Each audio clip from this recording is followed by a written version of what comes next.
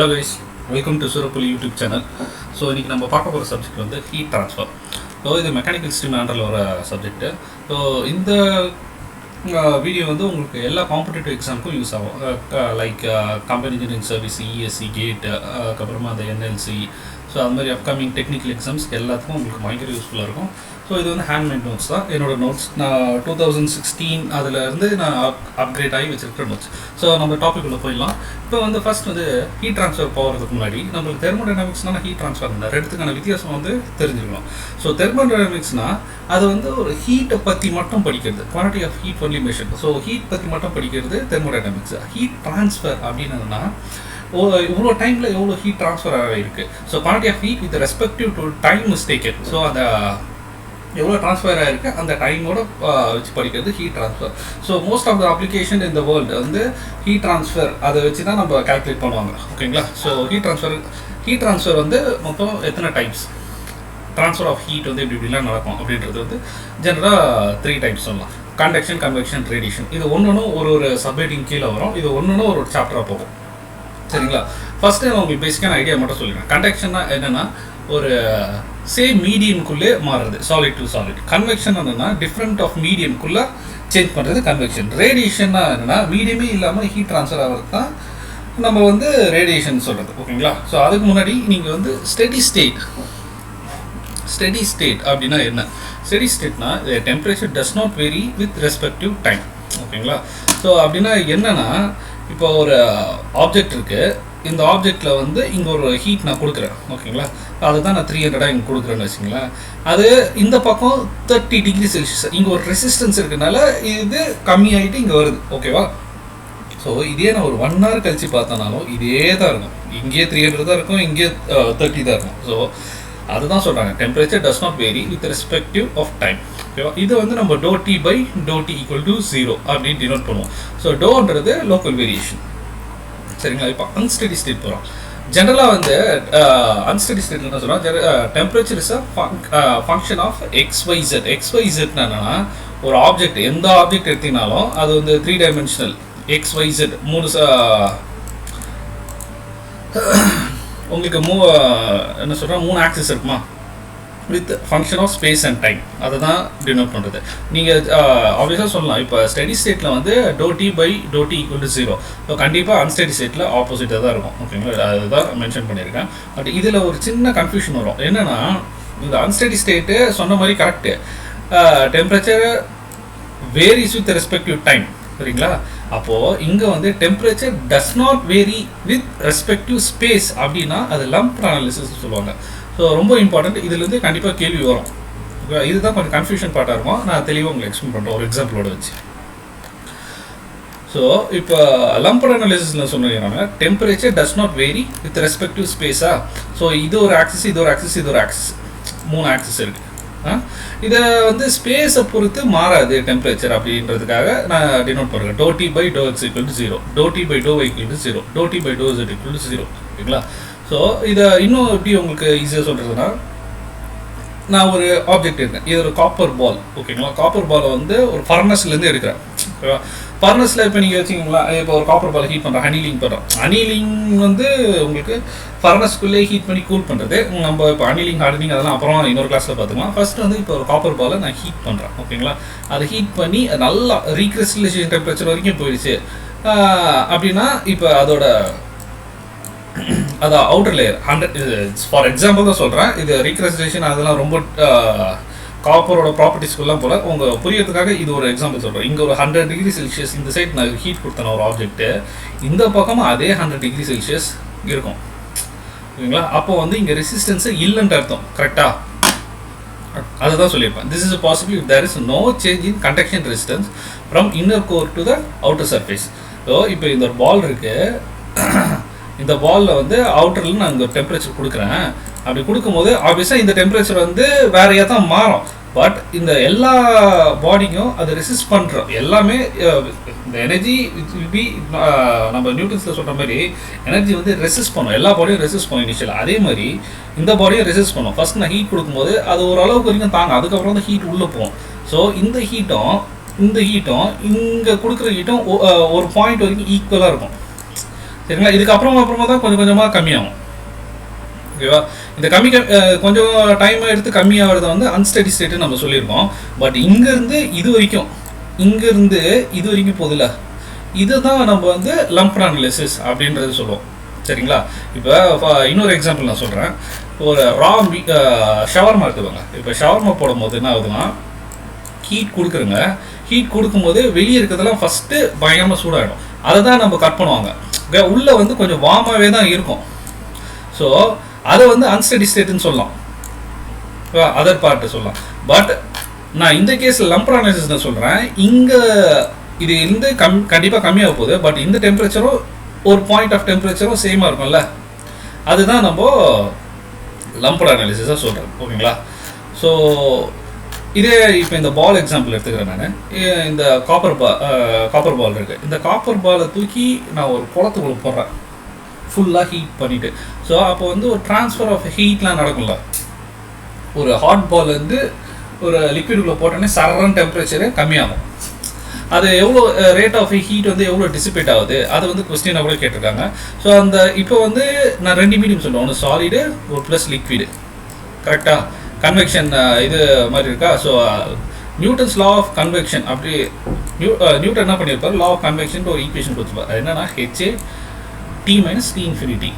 சரிங்களா. இப்போ ஏன்னா சர்ஃபேஸ் ஏரியா. ஓகேங்களா. T வந்து நான் சொன்ன இந்த காப்பர் பால், T இன்ஃபினிட்டி வந்து அந்த தண்ணி, குளத்து தண்ணி. ஓகேங்களா. ஸோ அதுக்கு முன்னாடி என்னென்னா உங்களுக்கு ஹீட் ட்ரான்ஸ்ஃபர் கோஎஃபிஷியன்ட் அப்படின்னா என்ன தெரிஞ்சுக்கணும். இது வந்து ஹீட் ட்ரான்ஸ்ஃபர் கோஎஃபிஷியன்ட் வந்து ப்ராப்பர்ட்டியா இல்லையா அப்படின்றத நீங்கள் கமெண்ட் பாக்ஸில் சொல்லுங்கள். ஓகேவா. சொல்லி முடிச்சோடனே ஸோ ஹீட் ட்ரான்ஸ்ஃபர் கோஎஃபிஷியன்ட் அப்படின்னா என்னென்னா, இப்போ தட்டில் வந்து ஒரு பொங்கல் வச்சுக்கணும் அப்படின்னா, அந்த பொங்கல்னா சூடாக கொட்டும் போது ஃபேனில் நான் சுற்றி அந்த பொங்கலை சுற்றி வந்து கொஞ்சம் சில்லுன்னு இருக்கும். அதை தான் ஃபஸ்ட்டு சாப்பிடுவோம். அதுக்கப்புறமா தான் நம்ம உள்ளே போவோம். ஓகேங்களா. ஸோ அப்போ இங்கேருந்து ஒரு பொங்கல்னால் இங்கே டெம்பரேச்சர் வந்து கம்மியாகிட்டு இங்கே உள்ளே வந்து ஹையாக இருக்கும். ஸோ இங்கே ஒரு இடம் டெம்பரேச்சர் மாறிக்கிட்டே இருக்கா. அதை கம்பெனினா அதை ஆவரேஜ் பண்ணிங்கன்னா average of all the heat transfer rate, இது ஒரு ரேட்டு. அதுதான் இங்கே ஒரு பிளேட் இருந்துச்சுன்னா அது அந்த பொங்கல் இருக்குது அப்படின்னா, இது ஒரு பொங்கல் ஞாபகம் வச்சுக்கோங்க. பொங்கல் அதில் இங்கே ஒரு ரேட்டு, இங்கே ஒரு ரேட்டு, இது மாதிரி மாறிக்கிட்டே இருக்கும். சரியா. இப்போ யூனிஃபார்ம் அப்போ மொத்தமாக ஆவரேஜ் பண்ணிங்கன்னா அதுதான் யூனிஃபார்ம் ஹீட் ட்ரான்ஸ்ஃபர் கோஎஃபிஷியன்ட் சொல்லுவாங்க. இந்த கேஸ் வந்து லம்ப்ட் அனாலிசிஸில் வந்து வேலைக்கு ஆகாது. ஏன்னா நான் லம்ப்ட் அனாலிசிஸில் ஆல்ரெடி சொன்னேன், ரெசிஸ்டன்ஸே கிடையாதுன்னா நீங்கள் ஒரு ஹீட் கொடுத்தீங்கன்னா அதே ஹீட் தான் இங்கே வரும். ஸோ அதனால தான் இந்த lumped analysis heat transfer coefficient does not change. ஓகேவா. அப்படியே தான் இருக்க போகுது. ஸோ அதை தான் இங்கே கொடுத்துருப்பேன். நீங்கள் ஒரு ரீட் பண்ணிக்கோங்க, உங்களுக்கு புரியும். ஸோ அதே எக்ஸாம்பிள் மூலிமா இப்போ ஒரு சில டேர்ம்ஸ்லாம் கொஞ்சம் நீங்கள் ஞாபகம் வச்சுக்கணும். அது என்னென்னு சொல்கிறேன். இது T இன்ஃபினிட்டி வந்து temperature of a fluid. T வந்து உங்களுக்கு பி த டெம்பரேச்சர் ஆஃப் அந்த ஹாட் பாடி. ஓகேவா. ஓகே. எம்ன்றது அந்த mass of hot body. CP அப்படின்னா என்னென்னா specific heat of a solid. Specific ஹீட்டை வந்து ஜூல் பெர் கேஜி கெல்வின் அப்படின்னு டினோட் பண்ணலாம். ஓகேவா. நெக்ஸ்ட் வந்து டென்சிட்டி. இது உங்களுக்கு T இன்ஃபினிட்டி நான் சொல்லிட்டேன். இந்த வால்யூம் ஆஃப் அ சாலிட். இது வந்து இதே கூட கொஸ்டின் பேப்பர் கேட்பானுங்க. ஸோ T வந்து இப்படி கண்டிஷன் கொடுத்துட்டு T வந்து which will be very greater than comparing to அந்த குளத்து தண்ணி. சரிங்களா. So okay. இதில் கொஸ்டின் எப்படி கேட்பாங்கன்னா, இது மாதிரி ஒரு கேஸ் கொடுத்துருவாங்க. ஒரு ஹாட் காப்பர் பால் வந்து நீங்கள் ஒரு வாட்டர் டப்லேயே இதிலே போடுறாங்க. அப்போ வந்து ரேட் ஆஃப் ஹீட் ட்ரான்ஸ்ஃபர் வந்து உங்களுக்கு எப்படி நடக்கும், எக்ஸ்போனன்ஷியலாக நடக்குமா, லாகரிதமிக்காக நடக்குமா, அது மாதிரின்ற கொஸ்டின்ஸ் வரும். ஓகேங்களா. ஸோ எப்படி இதை நம்ம அப்ரோச் பண்ணுறது அப்படின்னா, ஃபஸ்ட்டு கொஸ்டின்ஸ் வந்து லீனியர்னா என்ன, எக்ஸ்போனன்ஷியல் என்ன அப்படின்றது தெரிஞ்சுக்கோங்க. லீனியர்னா இப்போ இது ஒரு y ஆக்சிஸ், இது ஒரு x ஆக்சிஸ். ஓகேவா. இப்படி இருக்குது. லீனியர்னா இப்படி ஸ்ட்ரைட்டாக இருக்கும் கோடு. ஸ்ட்ரைட்டாக கோடு இருக்குன்னா நம்ம லீனியர் லைனாக இருக்கிறது. இப்போ எக்ஸ்போனன்ஷியல் அப்படின்னா, இப்போ நம்ம கொரோனா கேஸ் வந்து எக்ஸ்போனன்ஷியலாக ஏறுது அப்படின்னு சொல்கிறாங்களா. இப்போ நம்ம பிஜேபி கவர்மெண்ட் செஞ்சாங்களா சூப்பராக ஒரு வேலை, எப்படி எக்ஸ்போனன்ஷியலாக ஏற்றுறதுன்ட்டு அதே மாதிரி தான். ஸோ இப்படி கொரோனா ரேட் வந்து இப்படி கம்மியாகிட்டு இருக்கும்போது எக்ஸ்போனன்ஷியலாக சடனாக இப்படி ஏறுது. இல்லை நல்ல கவர்மெண்ட்டு ஒரு சில கவர்மெண்ட்டில் பயங்கரமாக கண்ட்ரோல் பண்ணுறாங்க, அதே மாதிரி நம்மளும் கண்ட்ரோல் பண்ணிவிடுவோம். அது வந்து எக்ஸ்போனன்ஷியலாக எப்படி கம்மி பண்ணுறது அப்படின்றதும் இருக்கும். ஸோ இப்போ எக்ஸ்போனன்ஷியலாக ஏறுறது, இதை நம்ம ஹீட் ட்ரான்ஸ்ஃபர்லையும் சொல்லலாமா? இப்போ ஒரு குளத்தில் அந்த காப்பர் பாலை போடும்போது சரன்னு கம்மி தான் ஆகும். ஓகேவா? அதை வந்து லாஜிக்கலாக எக்ஸ்போனன்ஷியல் சொல்லலாம். ஸோ இதை வந்து நான் ப்ரூவ் பண்ணுறதுக்கு ஈக்குவேஷன் மூலிமா சொல்கிறேன். ஓகேவா? இப்போ ஹீட் ட்ரான்ஸ்ஃபர் பை கன்வெக்ஷன், நான் நியூட்டன்ஸ் லா ஆஃப் கூலிங் சொல்லலை, ஹீட் ட்ரான்ஸ்ஃபர் பை கன்வெக்ஷன் எப்படி நடக்குது அந்த கன்வென்ஷனோட ஃபார்மை போடுறேன். அதே equal to rate of change of internal energy of solid. அந்த சாலிட் அந்த பால் இருக்குல்ல, அதில் வந்து ஹீட்டு கம்மியாகுமா, அதோட ஈக்குவேஷன் மைனஸ் எம்சிபி டோ டி. இது வந்து rate of change of temperature with respect to time. இந்த எம்ன்றது என்னன்றது உங்ககிட்ட சொல்லியிருக்கேன், அந்த மாஸ் ஆஃப் அ பாடி. இந்த சிபி அப்படின்றது ஸ்பெசிஃபிக் ஹீட். ஓகேவா? மைனஸ் ஏன் இங்கே போட்டிருக்கேன் அப்படின்னா, இந்த டெம்பரேச்சர் இஸ் கிவன் அவுட், அந்த டெம்பரேச்சர் வந்து பாடி விட்டு போகிறதுனால இங்கே மைனஸ் போட்டிருக்கேன். நீங்கள் இன்னொன்று கூட கேட்கலாம், தெர்மோடைனமிக்ஸில் வந்து இங்கே ஏன் சிபி போடணும், சிவி கூட போடலாமே அப்படின்ட்டு. கரெக்டாக தான் நீங்கள் சொல்கிறது, இங்கே சிவியும் போடலாம். பட் எப்போ சிவி போடணும்னா, அது வந்து சாலிட் ஆப்ஜெக்டே இல்லாமல் ஒரு லிக்விடாக அது மாதிரி இருந்தால் சிவி போட்டுக்கலாம். இப்போ சாலிட் ஆப்ஜெக்ட்னால சிபி போடுறேன், அவ்வளோதான் மேட்ரு. ஓகேங்களா? இப்போ ரெண்டு ஈக்குவேஷனையும் நான் ஈக்குவேட் பண்ணுறேன். இது எதுக்கு சொல்கிறேன்னா, கடைசி ஒரு ஈக்குவேஷன் ஒன்று ஃபார்ம் ஆகி இந்த ஈக்குவேஷன் மட்டும் நீங்கள் ரொம்ப நல்லா படிச்சிக்கணும். இந்த ஈக்குவேஷன் எப்படி வந்துச்சுன்றது நான் ரொம்ப கொஞ்சம் ஃபாஸ்ட்டாக சொல்கிறேன். இதுதான் இந்த எக்ஸ்போனன்ஷியல் ஃபார்மாக இருக்கா, அதுதான் கதை. ஸோ இதை சொல்லிடுறேன் பாருங்கள். இந்த ஈக்குவேஷன் அந்த நியூட்டன்ஸ் லா ஆஃப் கூலிங், இது வந்து அந்த ரேட் ஆஃப் சாலிட் ஆப்ஜெக்டோட ஈக்குவேஷன். ஸோ இதை இந்த சைடு எடுத்துகிட்டு போகிறேன், இது இந்த சைடு எடுத்துகிட்டு போகிறேன். சிம்பிளாக ஹெச்ஏ பை ரோ விசிபி இந்த டிடி இப்படி இருக்குது, இதை எடுத்துகிட்டு போகிறேன். இதை வந்து இன்டெகிரேஷன் போகிறேன். இன்டெகிரேஷன் இந்த elongated S, integration of elongated S, அந்த எலாங்கேட்டட் எஸ்னா சம்மேஷன் ஆஃப் எவ்ரி திங். சரிங்களா? இதை ரெண்டுத்தையும் இன்டெகிரேட் பண்ணனா உங்களுக்கு ஒரு ஈக்குவேஷன் வரும். இந்த ஈக்குவேஷன் இது ஏன் இப்படி வந்துச்சுன்னா, இந்த ஈக்குவேஷன் பார்த்துக்கோங்க, cos x by sin x. இந்த formula cos x by sin x dot dx equal to ln sin x. அதே மாதிரி தான் இங்கேயும் அப்படி சப்ஸ்டியூட் பண்ணி வரது. சரிங்களா? அடுத்தது இங்கே உங்களுக்கு ஈக்குவேஷன் ப்ளஸ் கான்ஸ்டன்ட் வருமா, இன்டெகிரேட் பண்ணதுனால. அந்த கான்ஸ்டன்ட் கண்டுபிடிக்கிறதுக்காக என்ன பண்ணுவேன், நான் ஒரு பவுண்டரி கண்டிஷன் போடுறேன். அந்த பவுண்டரி கண்டிஷன் எதுக்கு போடுறேன் அப்படின்னா, இனிஷியலாக அந்த குளத்தில் டெம்பரேச்சர் போடுறோங்களே, போட்டோன்னே எவ்வளோ ஃபஸ்ட்டு செகண்ட் அந்த டி ஈக்குவல் டு 0 எடுத்துக்கிறேன் நான். சரிங்களா? அந்த டைம் வந்து 0 இருக்கிறதுனால அதை தூக்கி நான் இங்கே சப்ஸ்டிட் பண்ணும்போது கம்ப்ளீட்டாக 0 ஆகிடுது.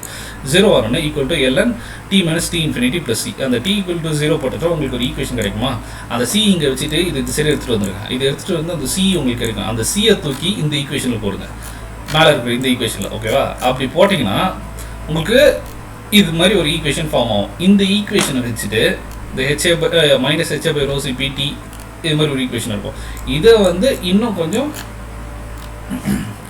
நம்ம அடிச்சு கொடுத்தோன்னா இது மாதிரி ஒரு ஈக்குவேஷன். இந்த லானை வந்து லாக் இ எப்படி மாற்றுறாங்கிறது, log e a equal to x, e power x equal to a. So அதுதான் சப்ஸ்டியூட் பண்ணி எடுத்துகிட்டு வந்து நம்ம போடுறோம். அப்போது ரவுண்ட் ஆஃபாக நம்மளுக்கு வந்து இந்த ஈக்குவேஷன் மட்டும் ஞாபகம் வச்சுக்கோங்க, ரொம்ப இம்பார்ட்டன்ட். இது மட்டும் நீங்கள் ஞாபகம் வச்சுக்கோங்க, இது எப்படி வச்சுக்கிறது முன்னாடி தெரிஞ்சுக்கோங்க.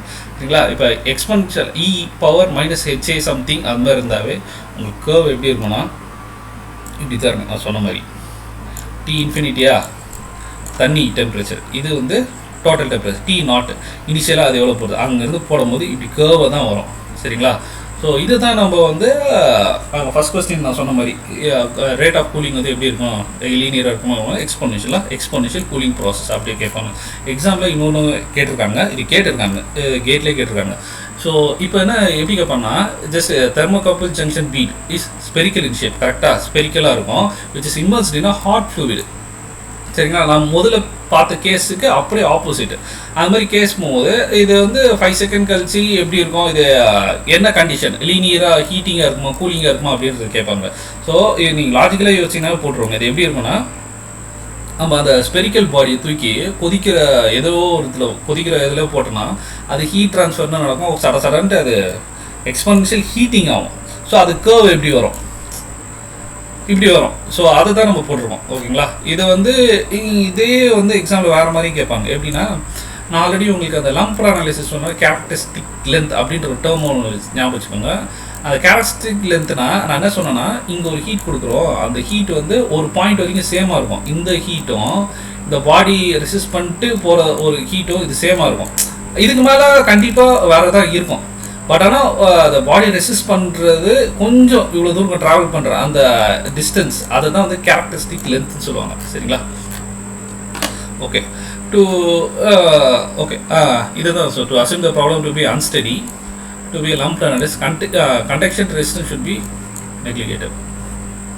ஓகே, இப்போ இந்த கேரக்டரிஸ்டிக் லென்த்து, அந்த லம்ப் அனாலிசிஸ் அதை பற்றி கொஞ்சம் எது வரைக்கும் அதை சொல்லலாம் அப்படின்றதுக்கு வந்து பயோட் சூப்பராக ஒன்று சொல்லியிருப்பார். அவர் என்ன சொல்லியிருப்பாங்கன்னா conduction resistance by convective resistance.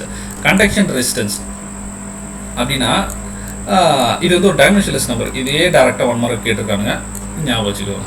Biot number வந்து என்ன நம்பர்னா டைமென்ஷன்லெஸ் நம்பரு. இதோட டேர்ம் பார்த்தீங்கன்னா conduction resistance by convective resistance. இது எவ்வளோ இருக்கணும்னா 0.1ஓட கம்மியாக இருக்கிறது தான் நம்ம என்னவா எடுத்து போனால் இதை லம்ப் அனாலிசிஸ் சிஸ்டமாக நம்ம கன்சிடர் பண்ண முடியும். சரிங்களா? கண்டக்ஷன் ரெசிஸ்டன்ஸ் வந்து எல்சி பை கேஏ. அதே மாதிரி கன்வெக்டிவ் ரெசிஸ்டன்ஸ் 1/h. இதை நீங்கள் சால்வ் பண்ணிங்கன்னா உங்கள் ஹெச்எல்சி பை கே. இதை மட்டும் நீங்கள் ஞாபகம் வச்சுக்கோங்க. பயோட் நம்பர்னா என்ன? Conduction resistance by convection resistance. இது வந்து ஒரு டைமென்ஷன்லெஸ் நம்பர். இதோட ஃபார்முலா வந்து HLC by K. Biot number lump analysis system it's difficult to make a Biot 0. Conduction resistance so Biot number எவ்வளோ இருக்கணும்னா 0.1ஓட கம்மியாக இருக்கணும். ஸோ அப்போ ஏன் 0வாக இருக்கக்கூடாதா? இப்போ நீங்களே யோசிச்சு பார்க்கலாம். கண்டக்ஷன் ரெசிஸ்டன்ஸ் எவ்வளோக்கு எவ்வளோ கம்மியாக இருந்துச்சுன்னா இங்கே ரெசிஸ்டன்ஸே இல்லாமல் இருக்கணும். அதுதான் இவங்க மீன் பண்ணுறது. ரெசிஸ்டன்ஸே இல்லாமல் இருந்து தான் இங்கே இருக்கிற டெம்பரேச்சரும் இங்கே இருக்கிற டெம்பரேச்சர் சேமாக இருக்கும். சரிங்களா? அப்போது அப்படி இருக்குமான்னு கேட்டிங்கன்னா கண்டிப்பாக இருக்காது. பட் ஏதோ ஒன்று இருக்கும். அதனால தான் நெக் பக்கம் அவர் 0.1ன்ற மாதிரி ஒரு ஈக்குவேஷன் கொடுத்துருப்பாரு. ஸோ அப்போது அப்படி இருக்கவே இருக்காதா? ரெசிஸ்டன்ஸே இல்லாமல் ஒரு ஆப்ஜெக்ட் இருக்குது அப்படின்னு கேட்டிங்கன்னா இருக்குது. சூப்பர் கண்டக்டிங் மெட்டீரியல்ஸ்லாம் இருக்குது. பட் என்னென்னா அது கொஞ்சம் டிடிஎஸாக அது ஒரு -100 டிகிரி எடுத்துகிட்டு போயிட்டு அது மாதிரி பண்ணும்போது இருக்கும். சரிங்களா? இதுதான் சொல்லியிருப்பாங்க லம்ப் அனாலிசிஸ். இந்த கண்டிஷனை பார்த்துக்கோங்க. நான் சொன்ன கதெல்லாம் தான் கேரக்டரிஸ்டிக் லென்த். கேரக்டரிஸ்டிக் லென்த் அந்த லென்த் சொன்னல அப்படின்னா என்னென்னா வால்யூம் பை சர்ஃபேஸ் ஏரியா. இதுவும் டேரெக்டாக ஒரு 1 மார்க் கொஸ்டினில் கேட்டிருக்கோம். சரிங்களா? இது நான் சொன்ன சூப்பர் கண்டக்ஷன் அதெல்லாம் வரும். ஸோ கேரக்டரிஸ்டிக் லென்த் ஆஃப் இந்த பிளேன்னா என்ன அப்படின்னு கேட்பாங்க. ஒன்றும் இல்லை, வால்யூம் பை ஏரியா. சரிங்களா? அது பார்த்தீங்கன்னா புரிஞ்சிருக்கும். இதே தான் சிலிண்டருக்கும் வால்யூம் பைஆர் ஸ்கொயர் எல்ல ஏரியா. ஸோ இது மட்டும் நான் சொல்கிறேன். ஸ்பியருக்கும் சேம் தான், அதே தான். Volume by area. வால்யூம்னா 4/3 πr கியூபா, ஏரியா வந்து 4 πr ஸ்கொயரா. ஸோ இது எல்லாத்தையும் கேன்சல் பண்ணுறேங்க. 4 கேன்சல் ஆகிடும், பை கேன்சல் ஆகிடும், ஆர் ஸ்கொயரு இந்த மேலே இருக்கிற இது டேர்ம் கேன்சல் ஆகிடும். ஸோ அப்போது கீழே 3 வந்துடும், மேலே இருக்கும். அப்போது r/3 கரெக்டாக. ஸோ அதே மாதிரி கியூப் இதெல்லாம் நீங்கள் கண்டிப்பாக படிச்சிடணும். இம்பார்ட்டண்ட்டாக நீங்கள் ஜாமெட்ரி டேர்மில் இருக்கிறது அந்த ஸ்பியரு கியூபு எல்லாமே படித்து வச்சுக்கோங்க. ரொம்ப எல்லா எக்ஸாமுக்கும் யூஸ் ஆகும். சரிங்களா? ஸோ அடுத்ததான் நம்ம பார்க்க போகிறது என்னென்னா தெர்மல் டிஃப்யூசிட்டி. தெர்மல் டிஃப்யூசிட்டினா என்னென்னா இப்போ ஹீட் கண்டக்டட் பை ஹீட் ஸ்டோர்டுன்னு சொல்லுவாங்க. தமிழ் என்ன சொல்கிறாங்கன்னா ஒரு ஹீட் வந்து ஊடுருவி போகிறது, அவ்வளோதான் மேட்டர், வேறு எதுவும் இல்லை. சரிங்களா? அதுதான் வந்து நம்ம தெர்மல் டிஃப்யூஷன் சொல்லுவோம். தெர்மல் டிஃப்யூஷனை டினோட் பண்ணுறது வந்து ஆல்ஃபா அப்படின்ற டேர்மில் டினோட் பண்ணுவோம். ஹீட் கண்டக்டடை வந்து நம்ம என்ன பண்ணுவோம், கேன்னு டினோட் பண்ணுவோம். ஹீஸ்டோட ρCp அப்படின்ட்டு நம்ம டினோட் பண்ணுறோம். நம்ம அங்கே இந்த ஈக்குவேஷன் பார்த்தோம்ல, நியூட்டன்ஸ் லா ஆஃப் கூலிங்லேருந்து அடிச்சு போட்டு ஒரு ஈக்குவேஷன் எடுத்துகிட்டு வந்தோம். E = -HA/ρVCp = T - T infinity -T0 - T infinity. டீனா என்ன டெம்பரேச்சர்னு தெரியும், அந்த ஸ்பெரிக்கல் அந்த காப்பர் பால். இது வந்து அந்த குளத்து தண்ணி, அதுக்கு இனிஷியல் டெம்பரேச்சரை ஃபஸ்ட்டு எடுத்தோடனே அது எவ்வளோ T0 எடுத்துக்கிறோம், T infinity எடுத்துக்கிறோம். ஸோ நம்ம பண்ணி ஒரு ஈக்குவேஷன் எடுத்துனதுனால -HA/ρ இந்த HA/V இருக்கா. நான் கேரக்டரிஸ்டிக் லென்த் என்ன சொன்னேன் உங்களுக்கு, வால்யூம் பை ஏரியான்னு சொன்னேன்னா. ஸோ இது பார்த்தீங்கன்னா உங்களுக்கு இன்வர்ஸாக இருக்கா, அப்படியே தலைக்கீழ. அப்போ 1/LCன்னு போடலாமா, அதை தான் இங்கே கீழே பண்ணியிருக்கேன். அதை 1/LCயை மாற்றிட்டு இருக்கேன். ஓகேவா? ஸோ இப்போ உங்களுக்கு இந்த ஒரு ஈக்குவேஷன் கிடச்சிருக்கு. ஸோ எக்ஸாமில் வந்து என்ன கேட்பாங்கன்னா ப்ராப்ளம்ஸ்லாம் சால்வ் பண்ணுறது இந்த ஈக்குவேஷனை பேஸ் பண்ணி கொஸ்டின்ஸ் வரும். ஸோ ஃபஸ்ட்டு நம்ம இப்போ பயோட் நம்பர் HLC/K அப்படி தெரிஞ்ச மாதிரி ஃபோரியர்னு தெரியும். ஃபோரியர் நம்பரும் டைமென்ஷனலெஸ் நம்பர் தான், நம்ம சிலபஸ்ல இல்லை, இருந்தாலும் தெரிஞ்சுக்கோங்க. ஸோ இதுவும் ஃபோரியர்ஸ் நம்பரில் டைமென்ஷனலெஸ் நம்பர் தான். இந்த பயோட் நம்பரையும் ஃபோரியர்ஸ் நம்பரையும் அடிச்சு கொடுத்தீங்கன்னா உங்களுக்கு ஒரு ஈக்குவேஷன் கிடைக்கும். ஓகேவா? அது E = -bi அதான் Biot number into Fourier number = T infinity by T0 - T infinity. அப்படி இதை மட்டும் ஞாபகம் வச்சுக்கோங்க. இதுலேருந்து நம்ம ப்ராப்ளம்ஸ் போடும்போது இதுலேருந்து கண்டினியூ பண்ணணும். ஓகேவா?